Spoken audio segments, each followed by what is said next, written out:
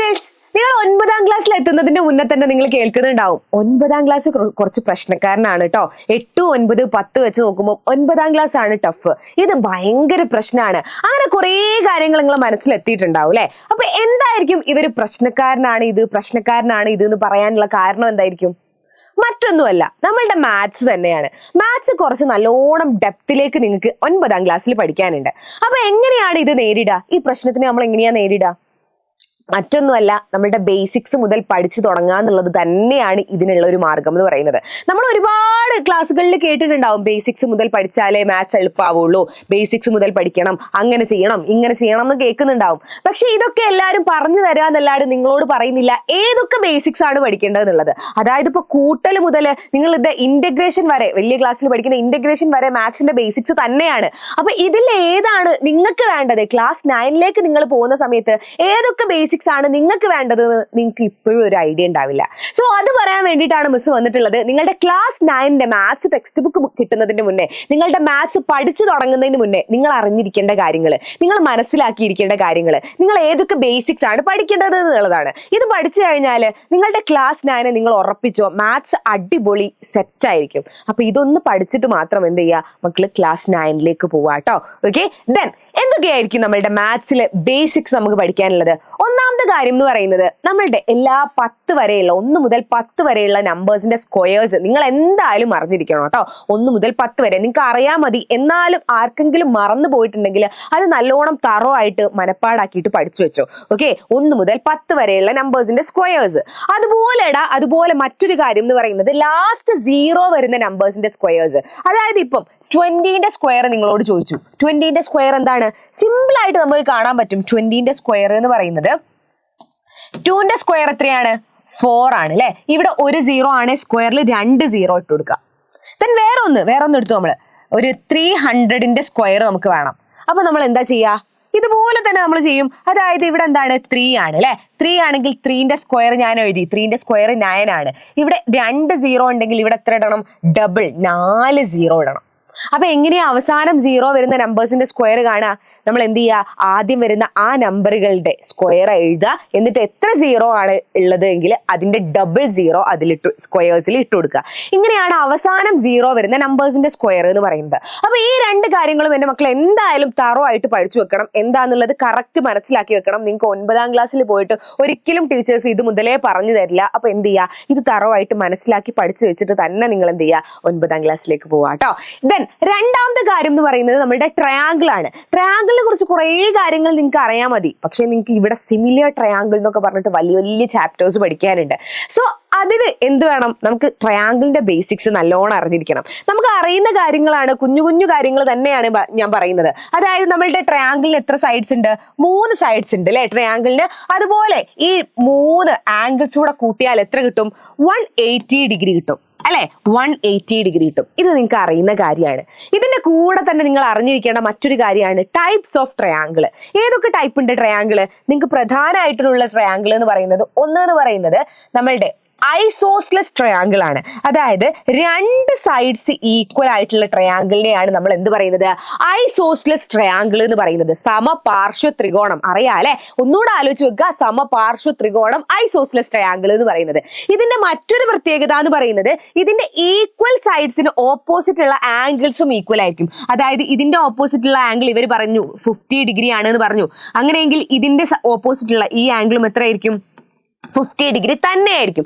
അപ്പൊ ഇവനാണ് എന്ത്? Isosceles triangle. രണ്ടാമത്തെ ആളായിട്ട് വരുന്ന ആരാന്നറിയോ? നമ്മളുടെ സ്വന്തം 3 സൈഡ്സും ഈക്വൽ ആയിട്ടുള്ള ട്രയാങ്കിൾ ആണ്. 3 സൈഡ്സും ഈക്വൽ ആയിട്ട്, 3 സൈഡും 1 2 3 സൈഡും ഈക്വൽ തുല്യമായിട്ടുള്ള ത്രികോണങ്ങളാണ്.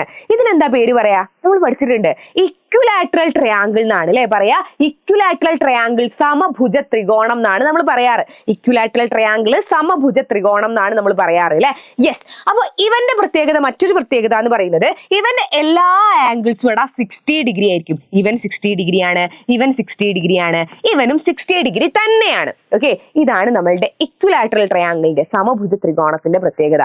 ദെൻ മൂന്നാമത്തെ ആള് എന്ന് പറയുന്നത് നമ്മളുടെ സ്വന്തം ദിവനാണ്.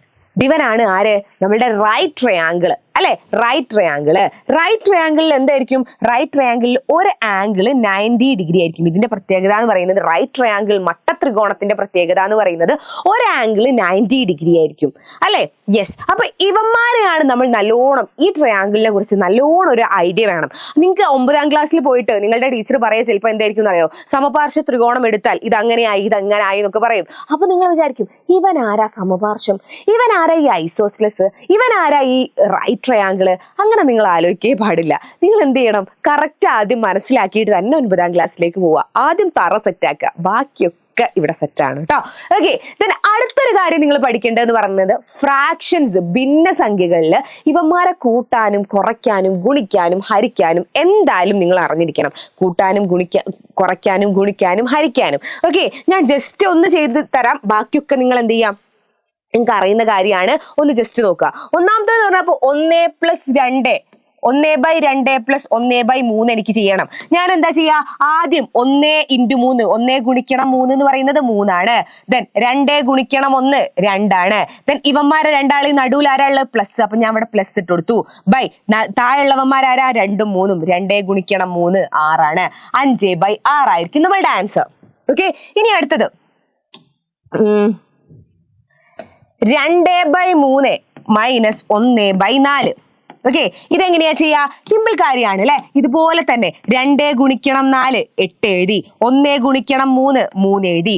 നടുവിൽ ആരാ ഉള്ളത്? മൈനസ് ആണ്. ഞാൻ ഇവിടെ മൈനസ് ഇട്ട് കൊടുത്തു. ബൈ ഇവന്മാർ രണ്ടാളെയും തമ്മിൽ ഗുണിക്കുന്നു. 3 ഗുണിക്കണം 4 12 ആണ്. ദാറ്റ് ഈസ് ഈക്വൽ ടു 5/12 ആയിരിക്കും ആൻസർ. സിമ്പിൾ. ഇനി അടുത്തത് നമ്മൾ കൂട്ടാനും കുറയ്ക്കാനും അറിയാം, ഗുണിക്കാനും ഹരിക്കാനും അല്ലെ? ഗുണിക്കാനും ഹരിക്കാനും സിമ്പിൾ ആണ്. 1/3 × 2/5. എങ്ങനെയാ ഗുണിക്കാൻ ഇങ്ങനെ ഗുണിച്ചാൽ മതി. നമ്മളുടെ ന്യൂമറേറ്റർ തമ്മിൽ ഗുണിക്കുന്നു, ഡിനോമിനേറ്റർ തമ്മിൽ ഗുണിക്കുന്നു അല്ലെ? അതായത് ന്യൂമറേറ്റർ തമ്മിൽ ഗുണിച്ചാൽ 1 × 2 2 ആണ്, 3 × 5 15 ആണ്. 2/15 ആയിരിക്കും ആൻസർ. നോ പണി അല്ലെ? ദെൻ അടുത്തത് ഹരിക്കാനാണ്. അതായത് 1/5 ഡിവൈഡഡ് ബൈ 3/2.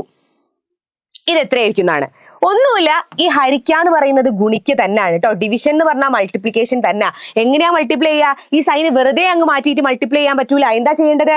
രണ്ടാമത്തെ നമ്പറിനെ നമ്മൾ തിരിച്ചിട്ടിട്ടാണ് മൾട്ടിപ്ലൈ ചെയ്യുക. അതായത് 1/5 × 3/2 പകരം തിരിച്ചിടുക 2/3. ഇത് ചെയ്താൽ മതി. ഇനി എങ്ങനെയാ? 1 × 2 എന്ന് പറയുന്നത് 2 ആണ്, 5 × 3 എന്ന് പറയുന്നത് 15 ആണ്. then 2/15 ആയിരിക്കും ആൻസർ. സോ ഇങ്ങനെയാണ് നമ്മളുടെ ഫ്രാക്ഷനെ ആഡ് ചെയ്യും, സബ്ട്രാക്ട് ചെയ്യും, ഡിവൈഡ് ചെയ്യും, then മൾട്ടിപ്ലൈ ചെയ്യുന്നത്. പക്ഷെ ജസ്റ്റ് ഒന്ന് പറഞ്ഞിട്ടേ ഉള്ളൂ. നിങ്ങൾക്ക് 8ാം ക്ലാസ്സിൽ നിങ്ങൾ അടിപൊളിയായിട്ട് പഠിച്ച കാര്യങ്ങളാണ് ഇതൊക്കെ. ഒന്ന് മറച്ചു വെക്കുക എവിടെയെങ്കിലും മറന്നു പോയിട്ടുണ്ടെങ്കിൽ. ഓക്കെ, ദെൻ അടുത്ത നമ്മൾ വരുന്നത് നെഗറ്റീവ് നമ്പേഴ്സിലേക്കാണ്, ന്യൂനസംഖ്യകളിലേക്കാണ്. നമുക്കറിയാം അല്ലെ, മൈനസ് ഉള്ള നമ്പേഴ്സ് ആണ് അല്ലെ. -3 -5 -2 എന്ന് പറയുന്നതാണ് എന്ത്?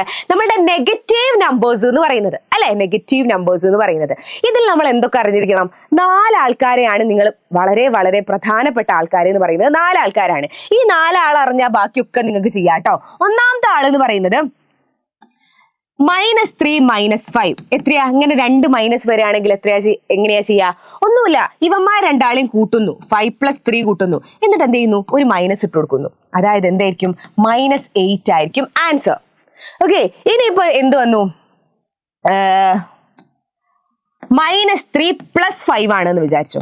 അങ്ങനെയെങ്കിലോ 2 മൈനസ് ആണെ കൂട്ടിയിട്ട് മൈനസ് ഇട്ടാൽ മതി, ഒരു പടിയുമില്ല. ഒരു പ്ലസും ഒരു മൈനസും വന്നു. നമുക്ക് എന്തായി? കൺഫ്യൂഷനായി. മൈനസ് ചെയ്യണോ പ്ലസ് ചെയ്യണോ എന്ന് കൺഫ്യൂഷനായി അല്ലെ? അങ്ങനെയെങ്കിൽ നിങ്ങൾ ചെയ്യേണ്ടത് എന്താ അറിയോ? വലുതെന്ന് ചെറുത് കുറച്ചിട്ട് വലുതിന്റെ ചിഹ്നം ഇട്ട് കൊടുക്കുകയാണ് ചെയ്യേണ്ടത്. വലുതെന്ന് ചെറുത് കുറച്ചിട്ട് വലുതിന്റെ ചിഹ്നം. അതായത് വലുതാരാണ്? 5 ആണ്. ചെറുതാരാണ്? 3 ആണ്. വലുതെന്ന് ചെറുത് കുറച്ചു, വലുതിന്റെ ചിഹ്നം എത്രയാണ്? പ്ലസ് ആണ് അല്ലെ? പ്ലസ് ആണ് 5. അപ്പൊ +5 - 3 +2 ആയിരിക്കും. +2 എന്ന് പറഞ്ഞാൽ 2 തന്നെയാണ് അല്ലെ? ഈ 2 കാര്യങ്ങളും എന്തായാലും ആലോചിച്ച് വെക്കണം. മൂന്നാമത്തെ കാര്യമുണ്ട്. മൂന്നാമത്തെ കാര്യം എന്ന് പറയുന്നത് 3 - 5. ഇതെങ്ങനെയായിരിക്കും ചെയ്യാം? സാധാരണ നമ്മൾ പഠിക്കല് വലുതെന്ന് ചെറുത് കുറയ്ക്കാനായിരുന്നു അല്ലെ നമ്മൾ ചെയ്തിട്ടുണ്ടായിരുന്നത്. ഇവരെന്താണ്? ചെറുതെന്ന് വലുത് കുറയ്ക്കുക. എങ്ങനെയാ ചെയ്യാ? ഒന്നുമില്ല, എന്ത് ചെയ്താൽ മതി? 5 - 3 കുറയ്ക്കുക. നമ്മൾ സാധാ പോലെ 5 - 3 കുറച്ചാൽ എത്ര കിട്ടുക? 2 ആണ് അല്ലെ? ആ 2 ഇടാ, ഒരു മൈനസ് സൈൻ ഇട്ട് കൊടുത്താൽ മതി. വേറെ പണിയൊന്നുമില്ല. ഇനി അടുത്ത നോക്ക്. 3 - -5 ആണെങ്കിൽ എന്തായിരിക്കും അവസ്ഥ? 3 - -5 ഒന്നുമില്ല അല്ലെ. എന്ത് ചെയ്താൽ മതി, ഈ 2 മൈനസ് അടുത്ത് വന്നാൽ അത് പൊട്ടിപ്പോയിട്ട് പ്ലസ് ആയിട്ട് മാറും. നിങ്ങൾ ഇങ്ങനെ വെച്ച് നോക്ക്, മൈനസിന് എങ്ങനെ വെക്കാനാവില്ല, പെട്ടെന്ന് പൊട്ടിപ്പോലെ. അതുപോലെ ഈ മൈനസ് എന്താണ്, 2 മൈനസ് അടുത്ത് വന്നാൽ പെട്ടെന്ന് പൊട്ടിയിട്ട് പ്ലസ് ആയിട്ട് മാറും. അതായത് 3 മൈനസ് -5 എന്ന് പറഞ്ഞാൽ 3 + 5 ആണ്. ദാറ്റ് ഈസ് ഈക്വൽ ടു 8 ആയിരിക്കും. സോ ഈ 4 കാര്യങ്ങളാണ് 1, 2, 3 and 4. ഈ 4 കാര്യങ്ങളാണ് അഡീഷനിലും സബ്ട്രാക്ഷനിലും, നെഗറ്റീവ് നമ്പേഴ്സിന്റെ അഡീഷനിലും സബ്ട്രാക്ഷനിലും നിങ്ങൾ ആലോചിച്ച് വെക്കേണ്ടത്. ഈ 4 കാര്യങ്ങളാണ്. നെഗറ്റീവ് നമ്പേഴ്സ് എങ്ങനെയാ ചെയ്യാന്നുള്ളതിന്റെ ഡീറ്റെയിൽഡ് ക്ലാസ് നമ്മൾ ലൈവായിട്ട് നിങ്ങൾക്ക് തന്നിട്ടുണ്ട് ഹഷൽ സാർ. അപ്പോൾ ഒന്ന് അത് വേണമെങ്കിൽ നിങ്ങൾക്ക് ഇനിയും നല്ലോണം ഡെപ്തിലേക്ക് മനസ്സിലാവണം എന്നുണ്ടെങ്കിൽ, തീരെ അറിയാത്തവരാണെങ്കിൽ അതൊന്ന് എടുത്ത് കാണാം കേട്ടോ. ബാക്കി അവിടെ സെറ്റാണ്.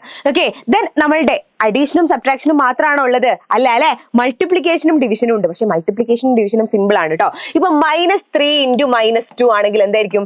2 മൈനസ് സൈൻ ആണെങ്കിൽ നമ്മൾ ജസ്റ്റ് ഗുണിക്കുക. 3 × 2 6 ആണ്, +6 ആയിരിക്കും ആൻസർ. ഇനിയിപ്പോ 2ഉം പ്ലസ് ആണ്, 3 × 2 ആണെങ്കിലോ അതും 6 തന്നെയാണ്. അതായത് ഒരേ സൈൻ ഉള്ള 2 നമ്പേഴ്സ് തമ്മിൽ ഗുണിച്ചാൽ നമുക്ക് എന്താ കിട്ടുക? ഒരു പോസിറ്റീവ് ആയിട്ടുള്ള പ്ലസ് ഉള്ള നമ്പറാ കിട്ടുക. ഓക്കെ, ഇനി 2 ഡിഫറെന്റ് സൈൻ ഉള്ളതോ, -3 × 2 അങ്ങനെയാണെങ്കിലോ, ഡിഫറൻസ് സൈനാണെങ്കിൽ നമുക്ക് എന്താ കിട്ടുക? നെഗറ്റീവ് നമ്പറാ, -6 ആ കിട്ടുക. ഓക്കെ, ഇനി അടുത്തത് ഹരിക്കുകയാണെങ്കിൽ എന്തായിരിക്കും? ഇപ്പൊ 10/2 നമുക്കറിയാം അല്ലെ, 5 ആണ്. ഇനി -10 / -2 രണ്ടും മൈനസ് ആണെങ്കിലോ അതും 5 തന്നെയാണ്. ഇനി ഒരു മൈനസും ഒരു പ്ലസും ആണെങ്കിലോ -5 ആയിരിക്കും. സോ ഇത്രയേ ഉള്ളൂ. ഗുണിക്കുകയാണെങ്കിലും ഹരിക്കുകയാണെങ്കിലും നമ്മൾ ഒരേ സൈൻ ആണെങ്കിൽ പോസിറ്റീവ് ആണ് കിട്ടുക. ഇനി ഡിഫറെന്റ് സൈൻസ് ആണെങ്കിൽ, ഒന്ന് പോസിറ്റീവും ഒരു നെഗറ്റീവും ആണെങ്കിൽ അതെന്തായിരിക്കും കിട്ടുക? നെഗറ്റീവ് ആയിട്ടായിരിക്കും കിട്ടുക. സോ ഇവനെ നിങ്ങൾ ഈ 2 നമ്മളുടെ മൾട്ടിപ്ലിക്കേഷനിലും ഡിവിഷനിലും ഈ 2 കാര്യങ്ങളും നിങ്ങൾ എന്ത് ചെയ്യുക? എന്തായാലും പഠിച്ചു വെക്കുക കേട്ടോ. 1, 2. ഇത് മാത്രമേ ഉള്ളൂ നമ്മളുടെ നെഗറ്റീവ് നമ്പർ എന്ന് പറയുന്നത്. ഇത് നല്ലോണം ഞാനിപ്പോ സ്പീഡിൽ ചെയ്തത്, ഞാൻ കുറെ ചെയ്ത്, ഞാനിപ്പോ നിങ്ങളെക്കാളും കുറച്ചുകൂടി എക്സ്പീരിയൻസ് ഇല്ലേ, അപ്പോൾ കുറച്ചുകൂടി ചെയ്തതുകൊണ്ടാണ് ഞാൻ ഇത്ര പെട്ടെന്ന് ചെയ്തത്. നിങ്ങൾക്ക് പെട്ടെന്നൊന്നും കിട്ടൂല, നിങ്ങൾക്ക് ഒന്നുകൂടെ ആലോചിച്ച് ചെയ്യേണ്ടി വരും. അപ്പൊ എന്ത് ചെയ്യുക? ഇത് ആലോചിച്ച് ചെയ്ത് ഇത് തറോ ആക്കിയിട്ട് മാത്രം നിങ്ങൾ 9ാം ക്ലാസ്സിലേക്ക് പോവാം കേട്ടോ, അല്ലെങ്കിൽ നിങ്ങൾ അവിടെ പെടും. ഓക്കെ, യെസ്, നെഗറ്റീവ് നമ്പേഴ്സ് എന്ന് പറഞ്ഞിട്ട് ഒരു ചാപ്റ്റർ തന്നെ നിങ്ങൾക്ക് ഉണ്ട്.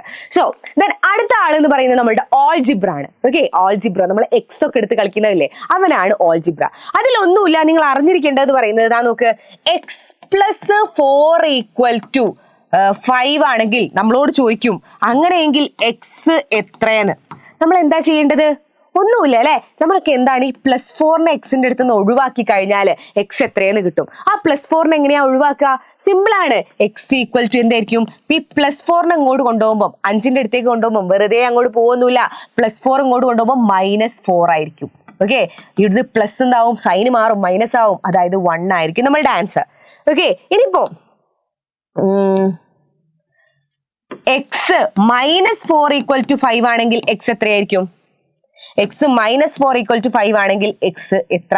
അപ്പൊ എന്താ ചെയ്യേണ്ടത്? ഈ -4നെ ഒഴിവാക്കണം അല്ലെ ഇങ്ങോട്ട്. അതായത് x = -4നെ അങ്ങോട്ട് കൊണ്ടുപോകുമ്പോൾ സൈന് മാറി, മൈനസ് എന്താവും? പ്ലസ് ആവും.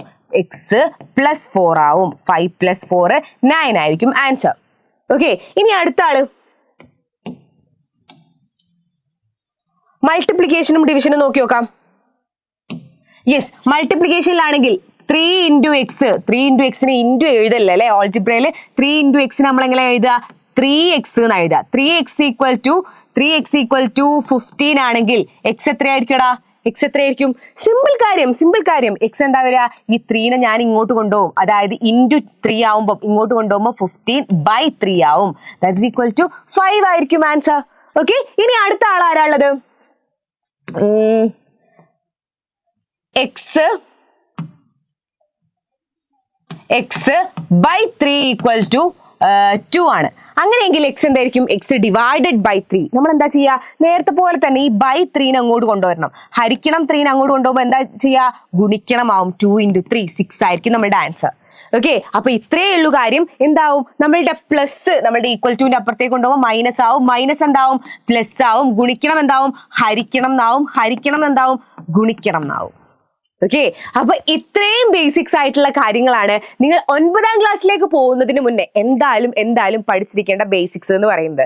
സോ നിങ്ങൾക്ക് ഈ ബേസിക്സ് ഒന്നും നല്ലോണം അറിയില്ല മിസ്സേ, എനിക്ക് ആദ്യം മുതൽ നല്ലോണം പഠിക്കണം, ബേസിക്സ് മുതൽ എനിക്ക് മാത്സ് പഠിച്ചു തുടങ്ങണം, 9ാം ക്ലാസ് ഉഷാറാക്കണം എന്നുള്ളതാണെങ്കിൽ പെട്ടെന്ന് തന്നെ നമ്മുടെ സൂപ്പർ ബാച്ചിൽ ജോയിൻ ചെയ്തോട്ടോ. കുറഞ്ഞ കാലത്തേക്കായിരിക്കും നമ്മുടെ സൂപ്പർ ബാച്ചിന്റെ ഈ ഒരു ഓഫർ നിങ്ങൾക്ക് ഉണ്ടാവുക. 3999 ബാച്ച് 3499 ആണ് നിങ്ങൾക്ക് കിട്ടാൻ പോകുന്നത്. അപ്പൊ പെട്ടെന്ന് നിങ്ങൾക്ക് ബേസിക്സ് മുതൽ അടിപൊളിയായിട്ട് പഠിച്ചു തുടങ്ങണം. ബേസിക്സ് കിട്ടിയാലേ എനിക്ക് മാത്സ് പഠിക്കാൻ പറ്റുമെന്ന് ഉറപ്പുള്ള മക്കളാണെങ്കിൽ വേഗം ഓടിപ്പോയിട്ട് നമ്മുടെ സൂപ്പർ ബാച്ചിൽ ജോയിൻ ചെയ്തോ. പെട്ടെന്ന് ജോയിൻ ചെയ്യുക. നമ്മുടെ രജിസ്ട്രേഷൻ ലിങ്ക് കമന്റ് ബോക്സിന്റെ മുകളിലായിട്ട് പിൻ ചെയ്ത് വെച്ചിട്ടുണ്ടാവും. അതിൽ പോയി രജിസ്റ്റർ ചെയ്താൽ ഇവിടുന്ന് നിങ്ങളെ കോൾ ചെയ്യും കേട്ടോ. എന്നിട്ട് ഇവിടുത്തെ ഡീറ്റെയിൽസ് ഒക്കെ നിങ്ങൾക്ക് പറഞ്ഞുതരും. ഓക്കെ, സോ ഡോണ്ട് വറി, അടിപൊളിയായിട്ട് ജോയിൻ ചെയ്യുക. അടിപൊളിയായിട്ട് നമുക്ക് പഠിക്കണം. 9ാം ക്ലാസ് ഉഷാറാക്കണം, സെറ്റ് ആക്കണം.